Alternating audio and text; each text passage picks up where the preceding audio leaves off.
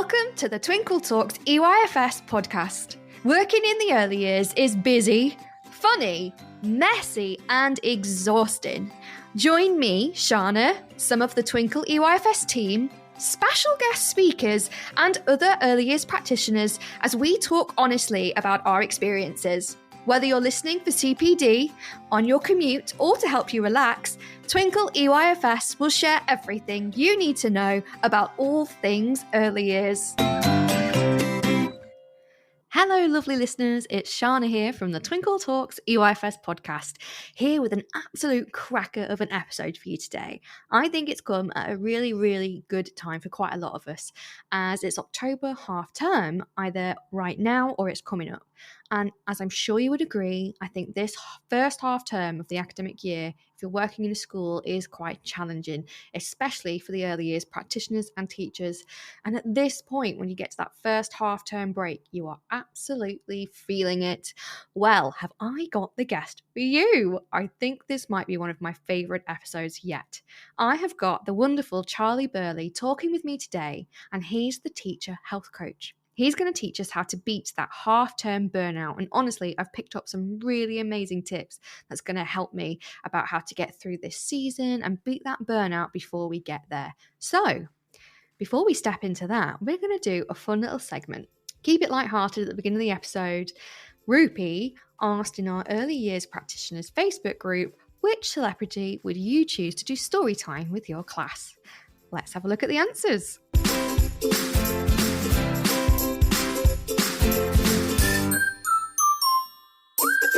Right, okay, we've got about 49 comments here. Let's see what people say. Okay, first one, Tom Hardy. Yep, top of my list as well. Every time he comes on CBeebies Bedtime Stories, you know what, I don't even have any children, but I watch it.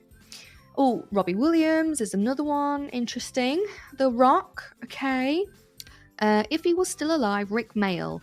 His Jack and Nori reading was the best thing ever. I agree.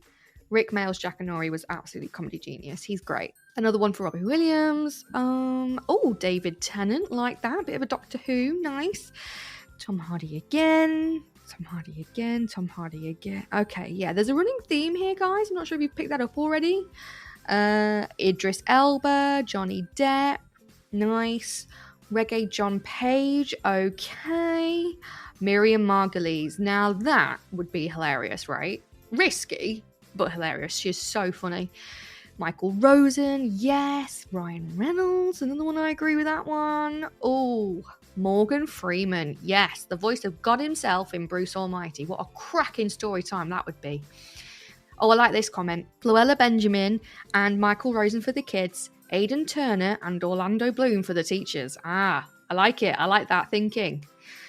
Lewis Capaldi, very good. Patrick Dempsey, Gary Barlow again. I'm definitely seeing a theme of our choices here about what draws us to the people we're going to be reading these stories with.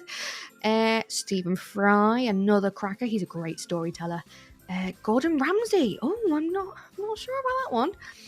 Chris Hemsworth, yeah. Jeremy Renner, yeah. Tom Hardy, another one, yeah. Okay. Lisa Kudrow, Phoebe from Friends. That would be great. Eddie Izzard. I agree. That would be an absolutely cracking idea for a storyteller. David Attenborough. I also agree. Amazing. Oh, Benny Connolly, another cracker here. You guys are coming up with some great ones. Chris Hemsworth, Bradley Cooper, Jason Momoa. Yeah, a little superhero theme going on here. And yeah. Oh, look, we're finishing with Tom Hardy. Surprise, surprise. But some cracking suggestions there, guys. I mean, look, if you've got any ideas for more people that you think would be on our imaginary Twinkl Early Years Storytime segment, then great. I mean, guys, that would actually be really good. What do you think we could convince a celebrity to come on the podcast and read a story? Oh, okay. Let me see what I can do. Also, if you know people that can get in contact with these people, let me know. This could actually be a thing, guys. We could get celebrities on the podcast to read stories. Oh my God. For the kids, obviously not for us. For the kids. Yeah. Okay, right, now that I'm out of my fantasy world, I think I enjoyed that segment a little bit too much. Let's get into our main event for today's episode, and I'm really, really excited for you to listen to this one. Charlie Burley is the teacher's health coach, and he talks to us about how we can beat burnout. Now, I'm sure you're probably feeling a little bit like that already. We're getting to the half term, and if not, it's already started for you. And when I was a teacher in school, I always remember that first half term of the academic year was go, go, go, go, go. And then when that first half term break hit, thought I had a week off, make all these plans, catch up with all the things, but I just ended up being really sick. I was at complete burnout. Sat on the sofa for the whole week. Sometimes I'd have like the flus and the colds and the stomach bugs that were going around. And it's just that half term break is just about recovery, right? It's all about recovery. And just as you're about to recover from all the bugs and the germs, the break comes to an end. And oh, look, you're back to work and it's autumn half term too. So if you resonate with that, I feel you. But Charlie is here to teach us how to beat the burnout with a little strategy that he learned from his friend. I'll leave it to Charlie to explain.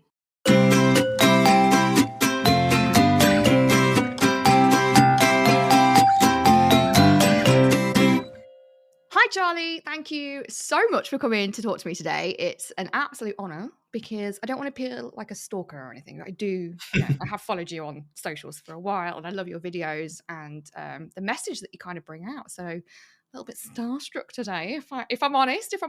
But before we get into what we're talking about today, please introduce yourself to our lovely listeners and tell us who you are and what you're about. Thank you for having me here. I'm looking forward to it. It's been planned, hasn't it, for a little while, but I'm excited. We are prepared. Very, very excited.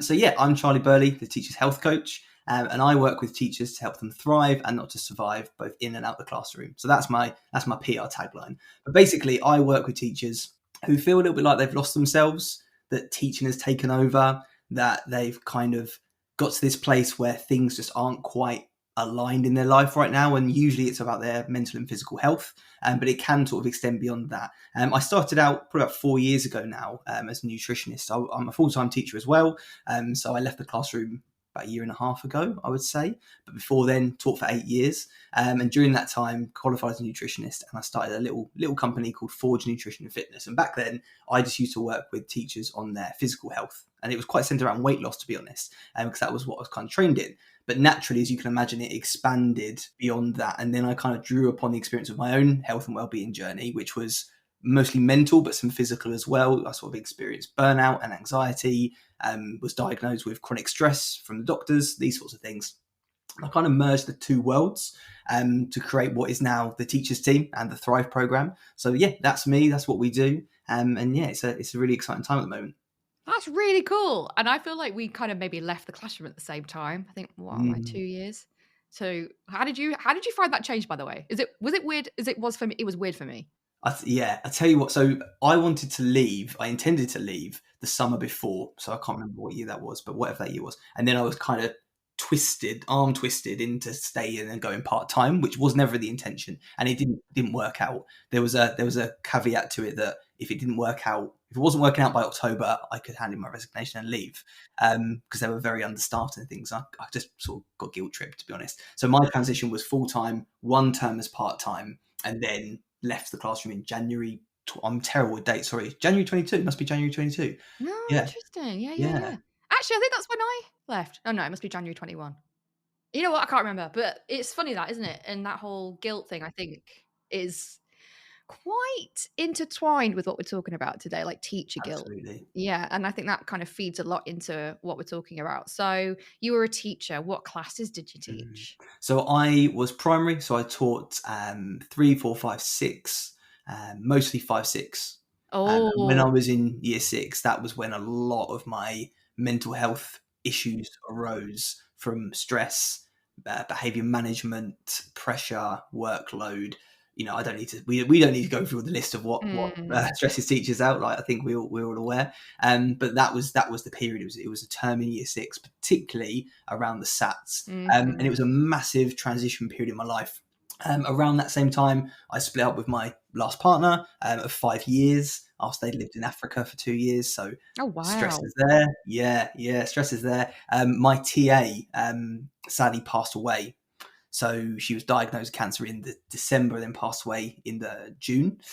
and it was obviously SAT season. God. So this was like a wave of stuff, of pressure, and of emotional stress. So that kind of all happened, and clearly it was sort of burnout central by that point. And yeah, it was that sort of led to, there was one poignant moment, a panic attack in class, and then that led on to doctor's appointments, hospital appointments, being diagnosed with chronic stress, and then the recovery journey after that, which then led directly into studying as nutritionist and what we just spoke about. So Gosh, yeah, wow. yeah, Quite the journey, huh? yeah. It's been a big 5 years. It really has. It really has. Wow, like I can't even imagine what you've been through. And firstly, thank you for sharing that with us, because that's obviously something that's really personal, and I want to say it's hopefully something that's unique, but I have a very funny feeling that it's not. Mm. Even sharing from my personal experience, recently been diagnosed with CPTSD. So it's PTSD but complex, literally just Mm. a bit more severe. And a lot of that was to do with teacher stress and anxiety and the repercussions of that. And I can't, yeah, it's just, I feel like a lot of us are dealing with things maybe within work and without of work, but it still impacts us. And the way teaching is naturally, it does kind of take over your life, rightly or wrongly. And so if other things happen, it does build up. And there are more and more people like you and I who are being diagnosed with mental health illnesses, and we need help. And that's amazing that you've started this yourself. You've seen that and you've recognized, and you're like, you know what, I'm going to help. So power to you. Power to you. So I want to know then, in terms of burnout, because we come from different key stages, what kind of challenges do you think teachers have when it comes to well-being and looking after themselves? Mm. So I've got like two lenses to look through now, which is really empowering for me. I've got my own personal experience, and I've got all the teachers I've coached over the last sort of 4 years. And of course, the teachers that I work with, we've got everyone. We've got CEOs of multi academy trusts. We've got head teachers. We've got leadership. We've got Senkos. We've got learning support. We've got class teachers. We've got a whole range of school staff. So it's quite nice to, I say nice, bit of a weird word to use, but quite interesting to look at the different stresses on those people. Mm. Of course, there are common things, but for me personally, being upper key stage 2, a big one was behaviour. Mm-hmm. I think there was that incident I talked about it when I was in year 6 was actually sparked by the behaviour of a child who wasn't able to regulate their emotions after an incident in football at break time, and that was it for me. That was the thing that set me off, if you like. So for me, behaviour is a big one. Because we might go into it today, but we have a fight or flight response. We talk about that a lot, don't we, when we learn about behaviour with children. But for that to be triggered potentially, I don't know, 100 times in a day is not normal. No. It's not natural. Our brains and bodies aren't built to be triggered sequentially and that often throughout the day. We're not built for it. We need time to rest and calm down from that, basically. So I think behavior is a big one. It's massively, massively triggering. Of course, but we're all human beings. I think for me as well, workload was a big one. Being in upper key stage 2, there's a lot of writing. So quite often, if we had a big write or something like that, you could have a stack of 30. I usually had about 28 to 32 children. So a stack of 30 books with 2 to 3 pages in each to go through and mark and get ready for them to self-assess and all the rest of it, and to edit and whatever else it was. So workload for me was quite a lot. And again, we're going to say it's a lot today, but it's all swings and roundabouts because they're also more independent, so could assess certain things themselves, and you wanted to encourage that independence. But there were certain things as a teacher, the marking assessment workload was quite high. And I think for me, again, being in year 6, the SATs pressure was huge. And I can imagine other people, obviously, at other points in education will have those assessment points, formal assessment points. That pressure is immense, really. So for me, that was a lot. But like I say, for a lot of clients, there's all sorts of things. For my head teachers and deputies and assistant heads that I work with, there are local authority issues, and the list goes on, doesn't it, really? And for my Senkos, there's trying to organise the paperwork and get through the bureaucracy and get the support for the children they need. So I think there's an immense list here. Do you know what I mean? Yeah. And a lot of what you're saying, I think, does cross over to early years as well in terms of those kind of pressures, because we have got the end of year assessments, and just it's kind of like SATs, but for the end of early years key stage, and it gets sent Yeah. off to local authorities, the early years profiles. Yeah. Immense amount of pressure to get them done, get them right. And that's one of the biggest challenges. In terms of like workload, like you say, swings and roundabouts, we might not have 2 or 3 pages of work to mark, and that's just for one subject as well. I bet you've got like 4 different subjects in a day to mark.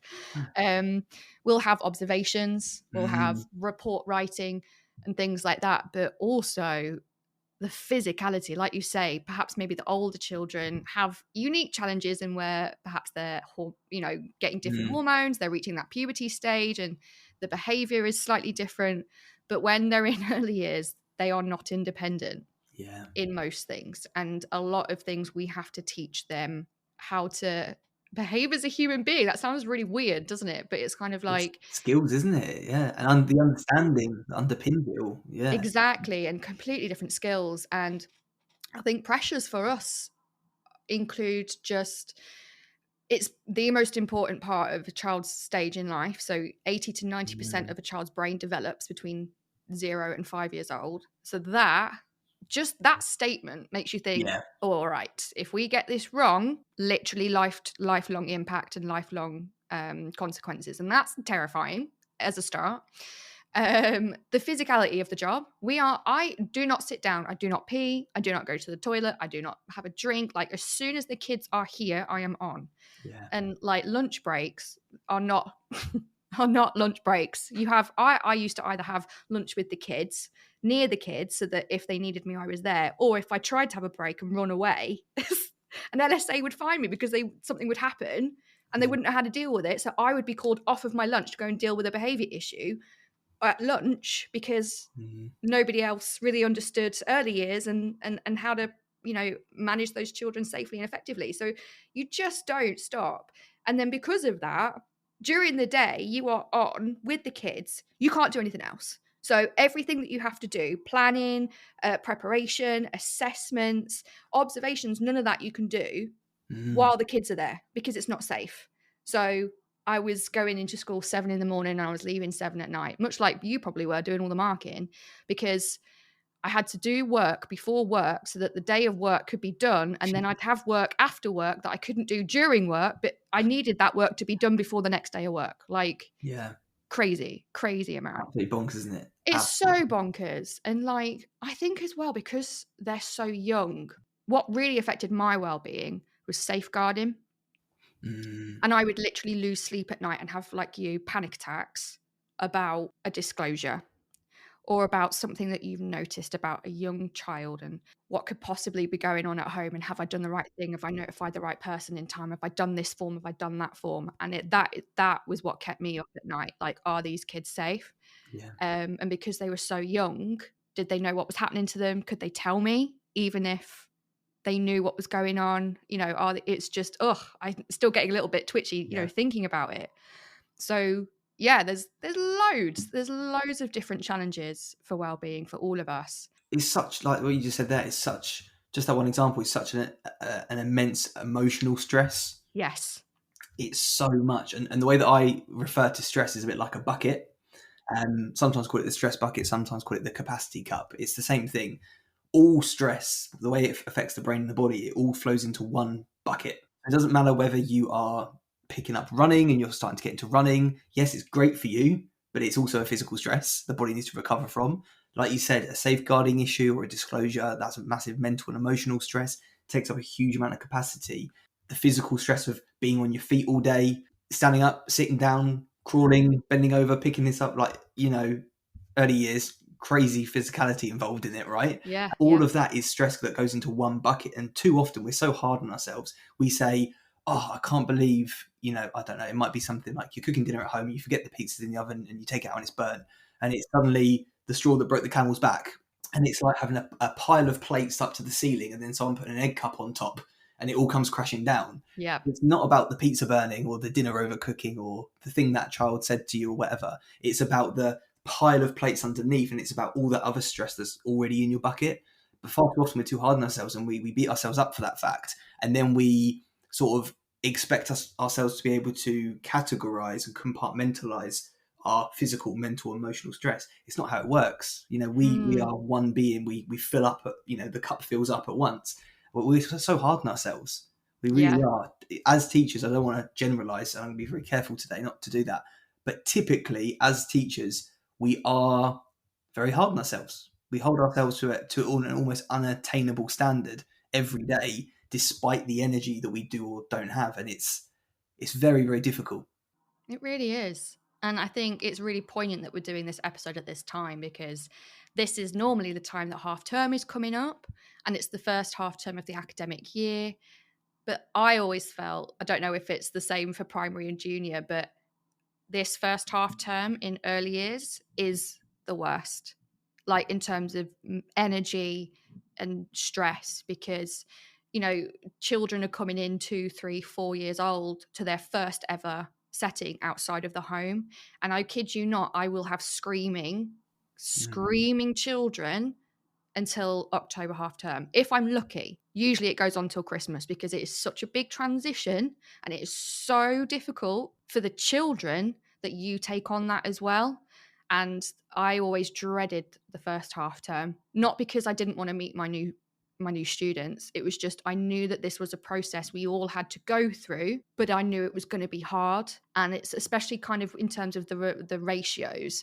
So at one point I had 44 children in my nursery. At least a quarter of them were consistent screamers and criers. And it's not that I ever disliked the children for doing that. Never. It broke my heart to see them. And then I had to be that kind of strong front. You put on a front for the parents, because their hearts are breaking as well. And I had to keep saying to them, it's okay, just leave. We've got this. We'll help them through this process. It's okay. And then you get to the end of the day and you have got the biggest migraine. You've got a sore throat. You're absolutely exhausted from comforting these children. And I want to do that. I want to comfort them. But it takes a lot. And in terms of like toilet training as well, children sometimes don't come into the settings toilet trained. And that, I remember once, I think I spent a week not being even able to teach the children, because I was constantly changing children who had soiled themselves by accident. And I wasn't prepared for that, because the parents would, say that they were toilet trained. And they might have been, and going into a new setting completely throws their routine and they're back to square one. All the parents were worried themselves and couldn't be honest with me about actually they weren't, and they felt self-conscious and didn't tell me. So I think this half term and this episode at this time is really appropriate for us, because I can imagine that some of our listeners who are listening right now might already be reaching burnout. And this is the first half term of the academic year, Charlie, and that is not okay, is it? No, I think you're absolutely right as well. You really, really are. And I think almost the terms have like a bit of a flow to them. So speaking to a client the other day, and they actually said really interestingly that they felt that the second half term of autumn, spring, summer was like the toughest bit. So they found like the first half of every term okay. Yeah. You have half term, come back, and almost like your body had kind of checked out and wasn't ready to start back up again. Yeah. And then they said that second half term was really, really tough of every main term. But I think everyone's got a personal flow to their term, don't they? Do you know what I mean? I think every year group's different. Absolutely. The autumn term, super tough. Super really, tough. really tough. Yeah. It's transitions, isn't it? Us and the children really struggle with transitions, We don't like change, do we, humans? No. It's funny, we're built to adapt, but we don't like change. Right? It's like we're just setting ourselves up for failure here. But, human nature is what it is. And, in the minute, we've just been talking about school-based educators. Like in early years, you could have private settings. You go from 7 a.m. to 7 at night taking children. We've got day nurseries, childminders. Like they've got a whole new stress. Like in schools, at least, there's half terms and end of terms, summer breaks. Private settings and childminders don't even get that, so it's a whole new board game. So before I even continue this and we keep going down this rabbit hole of burnout, because it could go on forever. Yep. You've introduced me to something that I've not heard before called dose. Tell us about dose. Yeah. Okay. So dose, I've taken this from a colleague of mine called TJ Power. So I say colleague, he works in neuroscience and coaching. He's actually recently done some work with Joe Wicks, which is really, really exciting. That's cool. Really exciting. So TJ's had that sort of very well deserved break now, and he's working with Joe. So amazing, absolutely incredible. So TJ talks a lot about dose, and obviously being a neuroscientist, he talks a lot about the brain and these chemicals. So dose refers to dopamine, oxytocin, serotonin, and endorphins. Dopamine being that reward chemical in the brain. We'll go into this in a bit more detail, I'm sure. Oxytocin being the love and connection chemical. Serotonin being it's dubbed the happiness hormone, but it's almost like a precursor for other things, but also a mood stabilizer, if you like. And then endorphins, which are kind of the body's natural painkiller and the brain's kind of natural stress manager, if you like. So that's dose. And those 4 chemicals are highly responsible for our mental health. And I think this is a perfect point just to pause for a second and say, I am not a mental health professional. I am a qualified mental health and exercise coach, but I am not a therapist. I'm not a psychologist. I'm not a GP. So what we're going to talk about today is going to be very much perspective based rather than prescriptive advice. We're not going to give anyone advice. If anyone's listening who does have a struggle with their mental health in any way, go and speak to a qualified professional or a doctor. That goes without saying. Today, we're just here to talk about burnout and our experiences and sort of give perspective shifts and give some sort of information rather than prescriptive advice. But dose is amazing. I use it with clients all the time. I've talked to TJ about it. He's going to be coming on to onto my podcast soon to speak about it as well, which is exciting. If I can get in between his calls with Joe. It's too big time for me now. It's too big time. Yeah, he's in the big market now, mate. He is. He's a lovely guy. He's a really great guy. And this system is amazing. So he's just brought out an app called Neurify, which is essentially like a training platform for dose. So you and I could get the Neurify app and we can basically have like a dose routine created and learn about dose, and it's amazing. So in terms of what dose actually does, dopamine being that reward chemical, it's obviously responsible for motivation and building up momentum. Things that are good for it are things like doing very, very small tasks, like wiping down the kitchen side, making your bed in the morning, say you're going to go for a walk and to go for the walk and doing what you're going to say. Basically anything that is going to stack the little bricks of motivation and bring you up. The sort of counteractants, things that counteract dopamine, let's say, the things that will negatively affect it will be things like scrolling on your phone. So social media is not ideal. It will give you a big old hit of dopamine, but of course you haven't worked for that reward. So dopamine has essentially evolved in our brains to get us to get up and do stuff. So not good with history, but hundreds of thousands, millions of years ago, whatever it would have been, our ancestors would have needed dopamine to go and seek shelter or to find a mate or to go and hunt or something like that. Dopamine is your basically motivation. So if you imagine you making your bed in the morning, gives you that little hit of dopamine, that little bit of get up and go. Whereas scrolling on Instagram or other platforms are available, you're getting these little hits of dopamine through the colors and the sounds and the content you're consuming. But basically you're not working for it. And because you're not working for it, you're basically getting this dump truck load of dopamine, all this reward chemical for no effort. And the brain's got this really interesting thing that it does where and forgive me because I'm not 100% clued up with the brain. So if I make a mistake here, please bear with me.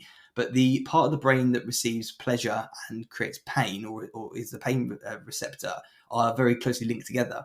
So if we do something that brings us tons and tons of pleasure, like sitting around and eating ice cream all day, which is amazing, like we would all love to do that, eventually it's going to make us feel some kind of pain. Because it needs us to stop doing that and it needs us to go and do the things that are going to make us survive. Okay, this is weird. But is this the same as like binge eating a pizza, even though you shouldn't, and then you love it, and then after you're going to feel awful, and then you do, and you're like, why did I do that? Is that the same thing? A big part of it. It's a very, very big part of it. And of course, with when it comes to the pizza, being a nutritionist, I'll dip into that bit. With the pizza, obviously, it's a huge meal usually, which is great. Pizza is my favorite food. I'll eat pizza. I've just got myself a pizza oven. It's incredible. That pizza will be a high calorie meal, quite a lot of carbohydrates, quite a lot of fats.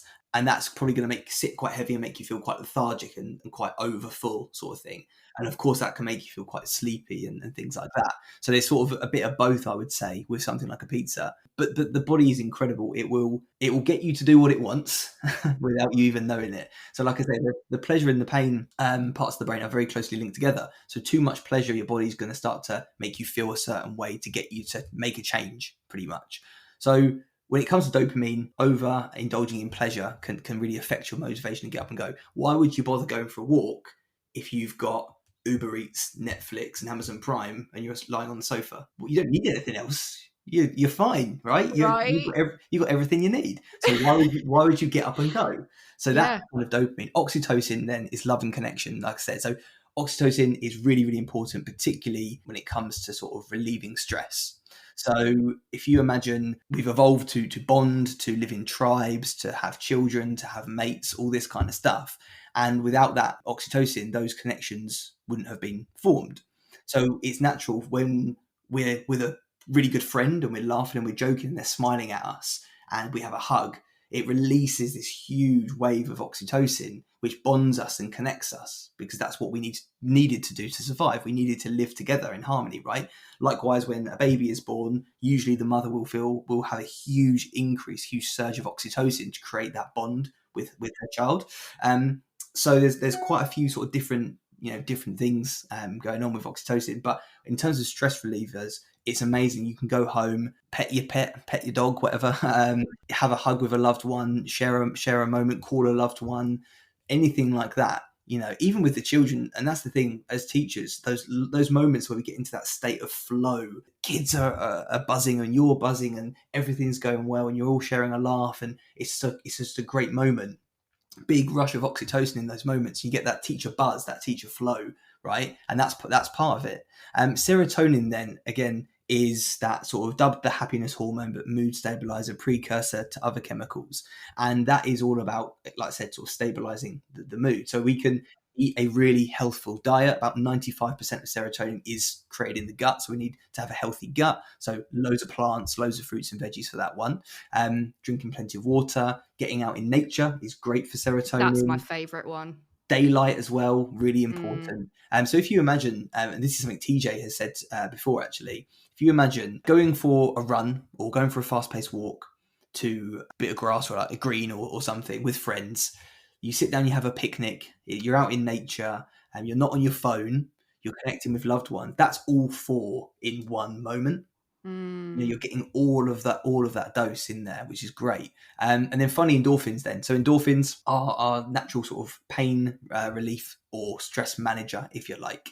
And we can get this through intense exercise, singing, dancing, just having a sort of high energy moment, really kind of like moving the body, using the voice, being very active to an intense amount. That will help us to release endorphins. So that's dose in a nutshell. And I know I've touched on a lot of things there, but that's basically how we can use parts of that model to think about managing our mental health. Yeah, and I know I've learned a lot just from listening to this, but it's that first step of self-awareness of what your body and your brain is doing, isn't it, that gets you on that road. And I think this dose model, I think, is a really good way to start and be like, right, let's have a look at what I'm doing, those 4 areas, and where do I need help with it? Where can I do better? What support can I give? And I think that's actually a really good starting point. From your experience, what happens if we aren't aware of this and these chemicals and we're not looking after those areas? What kind of things happen? That's a really good question. So I think at this time of year, we're going into autumn, and this is a time of year where we can see a lot of these things down-regulate a little bit. We're now right into the flow of the school year. We're spending less time in the sun now summer's gone. We're spending less time with loved ones because we're so busy. This means that the brain is going to look for distraction. And we're going to be finding our phones in our hand at 9 o'clock at night on the sofa. We're going to be finding ourselves scrolling on our lunch break. So we might touch social media and devices later. But all of these things start to happen. And just naturally, those chemicals, those neurotransmitters and hormones will start to sort of downregulate a little bit. But the effect of it basically is that when these things sort of start to come down a little bit, we do start to feel more lonely. We start to feel more isolated. We really, this is a common one. I haven't got any motivation. So hang on, is it a motivation problem? Is it a will problem? Or is it a chemical problem? Right. If you're overloading on less optimal nutrition choices because you're stressed, you're time poor, you're overwhelmed, you're seeking comfort in food, which is another topic, and you're then scrolling a lot on your phone, you're not getting out in nature, you're not seeing loved ones. And when you are, you find yourself on your phone. You're maybe not exercising or dancing to music. When these things aren't happening, you start to feel a bit more stuck, a little bit more isolated. Your stress levels will increase, and the resilience to manage those stress levels will be lower naturally because you're not doing these little things. So I can't remember if that answers your question. Sorry. No, it really does. And actually, you've touched on a couple of things that I think are important, because sometimes it's not in our control, is it? Because like you say, we're getting less daylight now. And speaking from personal experience, I get SAD really badly. So that is seasonal affective depression or disorder, where basically it means when it's the darker, colder months in that season, I really struggle with my mental health. And it's like, that's something that possibly, I mean, I can't control the weather. I wish I could. My plants would love it because I could water them when I want to, but that's not the thing. So I'm already aware that this time of the year, I'm going to start struggling in certain areas. And it's just things like that in terms of, maybe that's the answer again, in terms of at least being self-aware for the first part is maybe the first step in making sure that we see those levels for what they are and what we can do about it, right? And when you feel yourself, and that's it, when you feel something's not quite right, because we all get it right. You wake up one day and quite often it's sort of middle of the week, or actually the beginning or the end of the week, let's be honest. You wake up one day and you just don't feel right. Like you might have slept your 7 hours, but you just don't feel energized, or it goes on for a few days and it starts to snowball and you just don't feel right. You feel misaligned, and that's it. There is a misalignment between what you need and what you're getting. And I think that when you start to feel like that, that's the point where you question and say, right, hang on a minute. I know about dose. I know about dopamine, oxytocin, serotonin, endorphins. Which of those am I maybe not getting? Which of those are chemicals and hormones, neurotransmitters are not where they need to be right now? What can I do about that? And it might be really difficult to pin down which one it is. But like I say, if you feel very unmotivated, maybe it's to do with you need to break your to-do list into really small pieces, or set yourself to go out for a walk, or do something, like I said, wipe down the kitchen sides, make your bed, something that's ticking something off to get a bit of a reward. If you feel quite isolated and quite alone, maybe it's time to go and seek some company and to be in the presence of a real human being. I think, like you and I, we're recording this obviously over computers. We're not in the same room.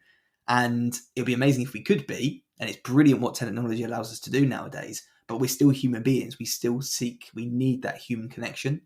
And although as teachers, we can be around people all day, every day, we can also feel unbelievably alone. And when you, like you say, with awareness, when you clock onto something not being right, can you try and pin it down any further? And you might not be able to, and that's fine. If you can't, you can just have a bit of a blanket, dose, if you like.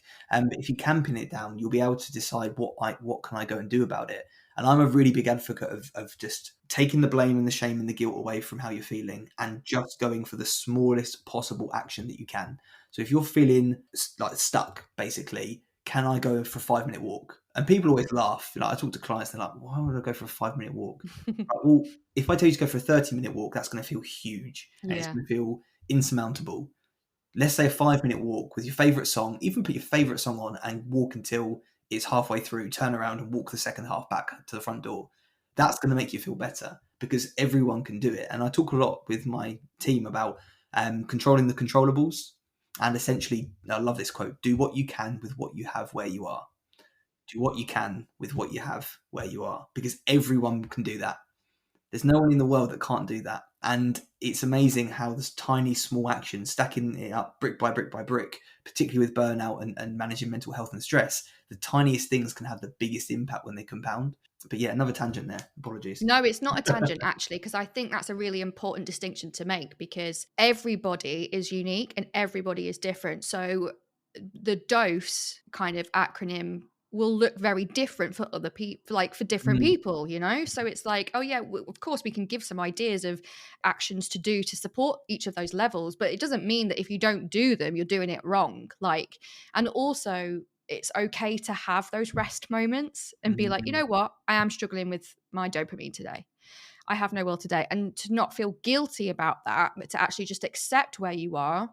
Can you make that small step? When can you do it? Okay. Like we don't have to be on all the time, because that's really difficult as well, isn't it? And also I've learned recently, in terms of like things that go on in the body, like, again, I'm no scientist either, but so when you said about serotonin being 95% in the gut, that is very interesting, because I struggle most with serotonin because I haven't, well, now I know possibly that there's a link, because I have an autoimmune that affects my gut.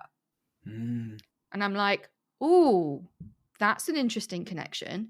And I also learned the other day, a couple of my friends have ADHD.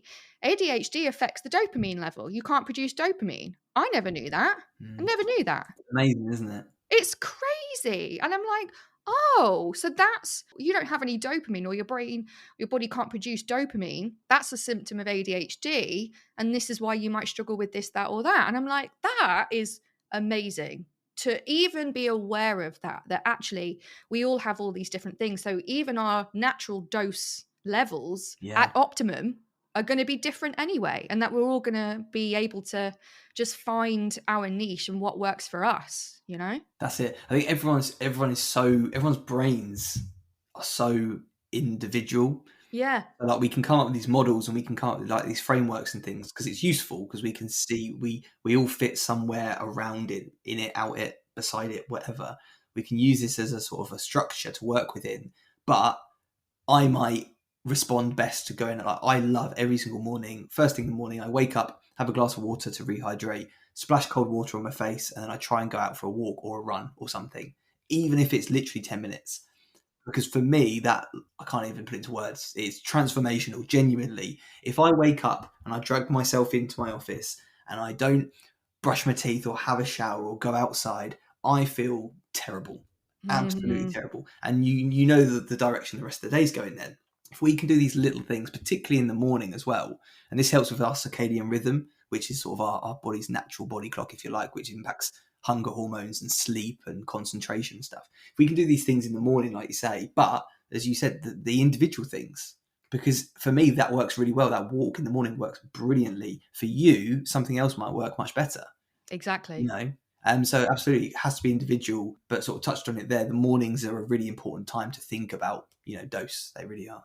Yeah. I mean, like you say, start the day off right. The rest should follow. Yeah. Hopefully. Yeah. I love it. Okay. So I'm interested to know, because I feel like this word has been thrown around a bit, but when we were talking before, and we were having a meeting about this episode and how it would run, you mentioned gratitude, and that actually plays a really big part. Now, some of our listeners might go, oh, gratitude, how do you know? And others might wince and be like, oh, God, gratitude. That was me. Oh, right? Like, this is buzzword, but actually there is something into this. So how does gratitude play a part in our dose kind of routines? Yeah. I mean, gratitude is huge. Just for context, if someone said gratitude to me 2 years ago, I would have gone, oh, whatever. Yeah. And I don't want to offend anyone. Everyone's beliefs are their own, and everyone can believe what they want. I personally believe that at some point in the future, time machine is going to be invented, and people always say I'm very odd for thinking that. I'm pretty confident there's going to be time travel. That's my weird thing. You do you. That's what I believe. So if someone's, it really is into things like the universe and vibrations connecting us and all that kind of stuff, then I don't mean to offend you, but 2 years ago, that's what I thought gratitude was. Mm-hmm. I thought I would stand there with no shoes on in a field and say, thank you, universe, and suddenly it would bring me joy and stuff. That's what I perceived it to be, and that was a very big misconception, and I was wrong about it.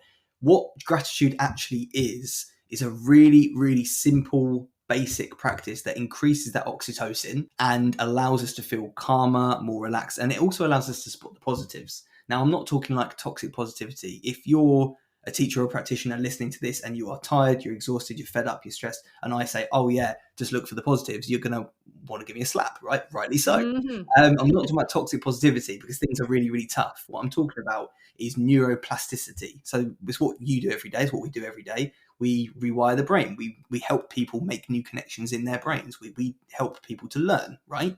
And gratitude is just doing that. So the practice of gratitude is essentially identifying things that we are obviously thankful for, positives from our day, things that we've done well, things that we are proud of, anything that gives us that sense of achievement or belonging or thankfulness, if that's a word. That's what gratitude is. It's basically drawing your attention to that so that we can get that hit of oxytocin and serotonin and feel calm and grateful and thankful in the moment, but also to rewire our brain and to start to look for the positives day to day. There's also some really good research out at the moment that shows that practicing gratitude before going to sleep can aid sleep and can actually help you to wake up essentially in a better mood. So gratitude isn't just saying thank you for, I don't know, a sunny day or something, but that could be one. It is a really deep practice, and it works on a neurological level, not just on a spiritual level, if you like. And I didn't know that, for a long time before I did my qualifications, before I looked into this kind of stuff. I had no idea that it could impact us that profoundly. But it makes sense, right? It's kind of goes part and parcel, with our confirmation bias. So our brain has a confirmation bias. It will look out for things that we believe to be true, so to confirm our own egocentric bias, which is about everything being about us and us being right, basically. So if you were to go out and you were to go for a walk and you saw £20 on the floor down a certain road, you go, great, 20 quid, brilliant. Look around, it doesn't belong to anyone. Maybe I'll have that. Maybe I'll give it to charity, whatever. If you walk down the same road the next day, without even thinking about it, your brain is going to be scanning that floor for another £20 note. Yeah. You never picked up a £20 note before in your life. You've never been down that road, but somehow the brain thinks, confirmation bias kicks in and goes, there could be another one here. And it tries to confirm that bias. So this ties in with gratitude. If you're constantly looking for the wins, looking for the positives, even when a situation is very, very testing, look for the lesson. It's like a superpower. If you can look at a challenge and say, right, what's the lesson here? Yes, this has really affected me and I feel really not great right now. But once you can get yourself out of that pit, what's the lesson here? That's another way to sort of practice, look for those lessons. But all of that is drawing your attention to the positives. And that's all it is. You're learning to confirm and to get your brain to almost auto scan for the positives in the day. And just by focusing on those, it allows the brain to focus less on the negatives. The brain's like a spotlight. It can't focus on everything at once. So if you're sort of purposefully focusing on the things that are going well, the things that you are grateful for, that's going to allow the brain to hone in on that and less on the other things. And again, I know there's probably someone listening to this going, yeah, whatever. But I promise, when you get into bed tonight, or even better, let's habit stack it when you're brushing your teeth. So pick something you already do and stack a new habit onto it. When you're brushing your teeth, when you tie your shoes, when you get in the car, anytime, try and pick a time of day. Ask yourself these 3 questions. What's gone well today? What am I proud of myself for? And what am I looking forward to tomorrow? If you can ask yourself those 3 questions, do it for a week and come and tell me that you don't feel a little bit more positive. I promise. I think we're going to set that as a challenge on social media. What do you reckon? I like that. We'll tag us. We'll come up with a thing and we'll tag it and we'll do a little challenge. It will really, really help. Yeah. It sounds, and this is the thing, it's the little things consistently done, isn't it? It sounds so insignificant. It sounds like some blokes just said it on a podcast, not going to do anything. Try it. Give it a go. Honestly, I challenge you. What are you going to lose? What are you going to lose if you do it? Exactly. That's it. And I think those 3 questions actually bring something very important and very unique in each one. So the first one, what went well today, it's bringing you back into the present.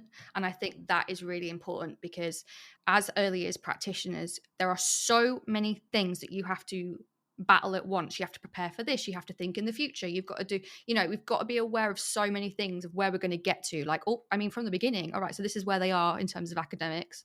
We've got to get them over here. And we're always trying to think ahead, and that can be so overwhelming. But having that question of, right, let's bring it back to the present, being in the present moment, I think is a massive point of that. The second question, what am I proud of myself for? I think gratitude also has a lot to do with self-worth and self-confidence, because I really struggled with this before and be like, barely just got through the day. Like, but that lack of self-confidence and self-esteem has a massive impact on what you're grateful for, because guess what? You can be grateful for yourself. And then you know what? You should be, because you are there standing in front of however many kids and they are depending on you every day. And good on you, because that not a lot of people can do that. And you have to really kind of sit yourself down and be like, you know what? We're here. I'm here. I got this. I made this. And that is a really difficult thing to do.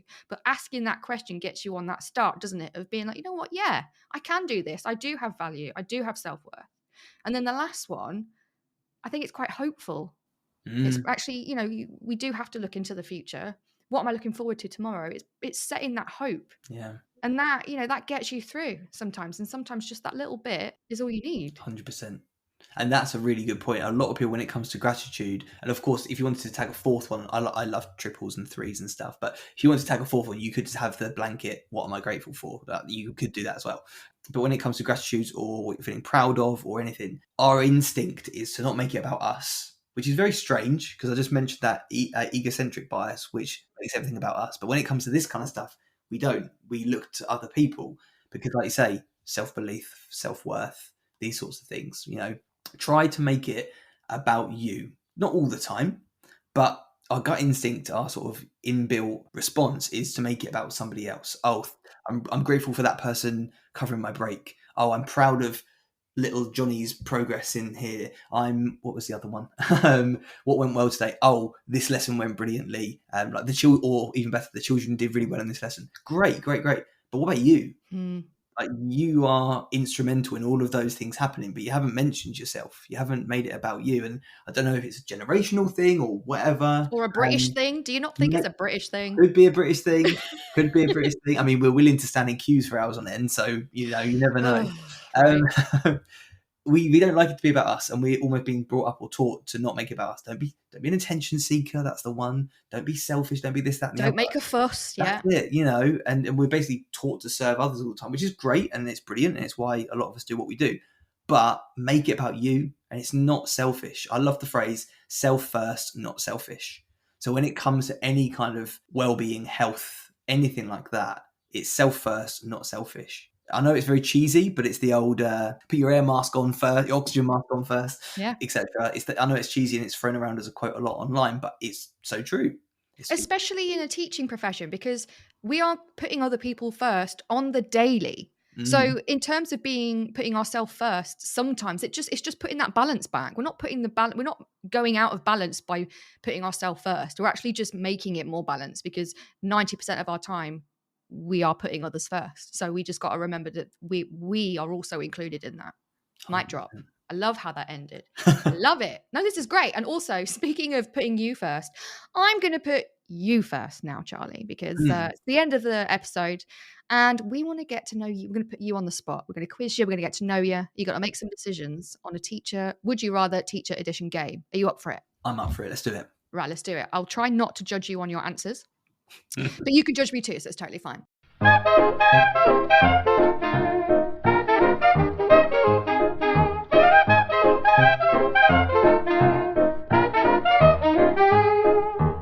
So, classic teacher question. Would you rather tea or coffee? Oh, coffee. Oh. Every time, coffee, every time. I mean, you can get lots of different teas. You can experiment with different teas and you get some very nice posh teas, can't you? But coffee is something about it. It's that first sip, isn't it? It's that first kick of like, oh, caffeine. I can function as a human. You don't get that with tea. I don't feel that with tea. And no. I think with coffee as well, you can get different blends. You go different places. You go on holiday. I mean, I've never been to Italy, but I know the coffee in Spain is amazing. I can imagine in Italy it's even better. It is, from personal experience, it's cracking. Oh, I'm jealous. I know, sorry, but it's brilliant. You should go. Get an espresso from Italy. Whew, set for the day. Has to be done. Yeah, coffee for me. I love it. I like it. All right. Question number 2. I actually think it's a really important question because, like you say, in terms of nutrition, we're never demonizing any foods, right? It's important to love all of them and have them in balanced way of looking after yourself, but we are allowed to indulge ourselves from time to time. So I want to know, in terms of indulgence, would you rather a homemade pizza or a homemade burger? With my new pizza oven, it's got is it what's it called? It's an uni. That's the one. All of my friends have got an uni. Is it really all it cracked up to be? It really is. Oh, it really is. I know. I'm sorry, but it really is. So it was my 30th birthday present in last December. So Yeah, it was a saver upper, put it Yeah. that way. But it was a present, and it's amazing. I didn't get it out till the summer, so I've made the most of it. Oh, I love it. I love it. Okay, what's your like go-to toppings on your pizza then? Oh, obviously tomato base, cheese, pepperoni, red pepper, little bit of spinach to finish it off, maybe some chicken sometimes, mushrooms and red onion if I'm feeling a little bit fancy. Oh, Obviously, being a pizza oven, you have a pizza pan, you have to kind of zhuzh it in. Do you know what I yeah, mean? You have yeah. to whack it in at some force. So sometimes, if you have like sweet corn on there, it just goes Just flying. goes flying. Fire just gets torched at the end. So sometimes the fewer toppings, the better. Sometimes, Yeah. Oh, I love those toppings. I'm hungry now. Maybe not the mushrooms though. I'm not a mushroom fan. no. But oh yeah, a bit of spinach, a bit of pepperoni, a bit of chicken. Done. Okay, lunchtime's coming up, so I'll try and make this quick. For our third question, this is kind of looking after ourselves, I guess, and picking from the best of two bad things. I don't know. We'll see what happens. But would you rather be banned from using your phone for a year, or you're not allowed out in the sun for a year? Ooh. Right? I've just spotted a loophole. I don't know if I'm allowed a loophole. Try me. Let's do it. So obviously, I've got my laptop or a tablet. Oh yeah. Is that allowed, or is that too much of a loophole? It's too much of a loophole. You're not allowed. Yeah. No tech. So it's very difficult. I need technology for my job. Oh yeah. So that's a problem. But if we take that out of the equation, I think I'd need the sun. I think I'd have to give up technology, because you can read, you can listen to music, you can entertain yourself, you can go for walks and everything like that. Not having the sun, I think I would come out the end of that year and just be a not very happy chappy. I don't think. I'm so with you. Like, ironically, yes, I also need technology for my job, being a marketing manager and living on social media. But no, I would happily give that up, because I think also because it's my job, as soon as I finish, I'm like, right, I'm done. Like, I need me time. I'm quite an introvert as well, so I like having my own space. I've just come back from a holiday in the Lake District, and there's no Wi-Fi. Oh, 4 days of no contact with the human race. It was bliss, it's Charlie. just like solace, isn't it? It is. No. And it was really grounding. And like, for me, the sun is really important to me, like, especially having SAD. I know I get visibly and emotionally affected by that. But going on walks, going in the sun, just having that breath in my garden with all my with all my fruit and veg plants, which I'm obsessed with. That for me is like my lifeblood. Don't ever take that away from me. Phones, tech, humans, goodbye. I'm good. The sun, no. You're the sun. You're a houseplant. You're a houseplant. I am. We're just very complicated houseplants, aren't we? Yeah. I like it. There you go.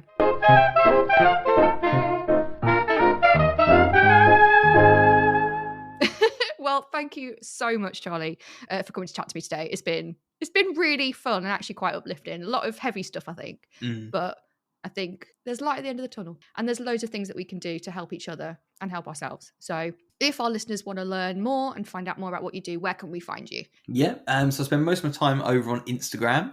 So it is, let me get this right, the.teachers.health.coach. Lovely. All one word, wasn't available.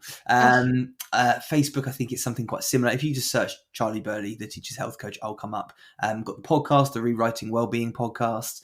I think I'm probably on Twitter. Don't really use it. LinkedIn, I think, as well. Don't really use it. So Instagram and the podcast, I would say.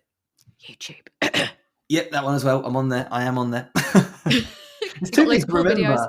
There's too many to remember. There's so many. Yeah, no. And you're coming up with some really exciting projects. And I actually really like following you on Instagram, because you just do those little tidbits on your stories. And I'm like, oh yeah, well, that's a good thing to think about. So good. And you always go on loads of nature walks too. And I'm like, yes, a fellow nature walker. It's Always good. outside. Oh, yeah. It's great. Do it while you can, before it done. gets really muddy and gross and cold. Yeah. But yeah, it's been absolutely wonderful. Thank you so much, Charlie. And I hope to speak to you soon. Thank you very much. See you soon.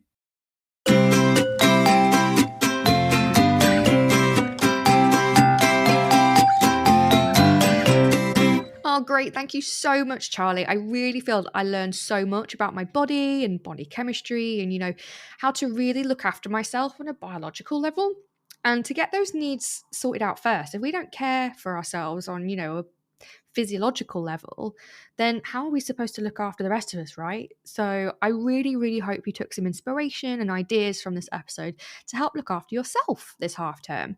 And every day, really, isn't it? It's not just for the half term, for all the time, because, being an early years practitioner is really physically and mentally challenging, and we need to look after ourselves, right? Not just for the kids. Of course, we want to look after ourselves to be the best for our children, but for us too, right? We are really important and we deserve to look after ourselves. So I hope you've taken a lot of things away from today's episode, and I can't wait to see you again for another one. See you soon.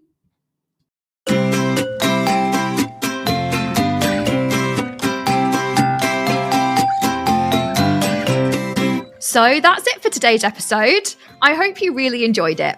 If you would like to join in or would like to know more, then come and find us on our social media sites. We have a Facebook page, Facebook groups, an Instagram, TikTok, Twitter, Pinterest, and YouTube. All the links of where to find us will be in our podcast description. Come and join the conversation. And whatever you're doing today, I hope you have a great day.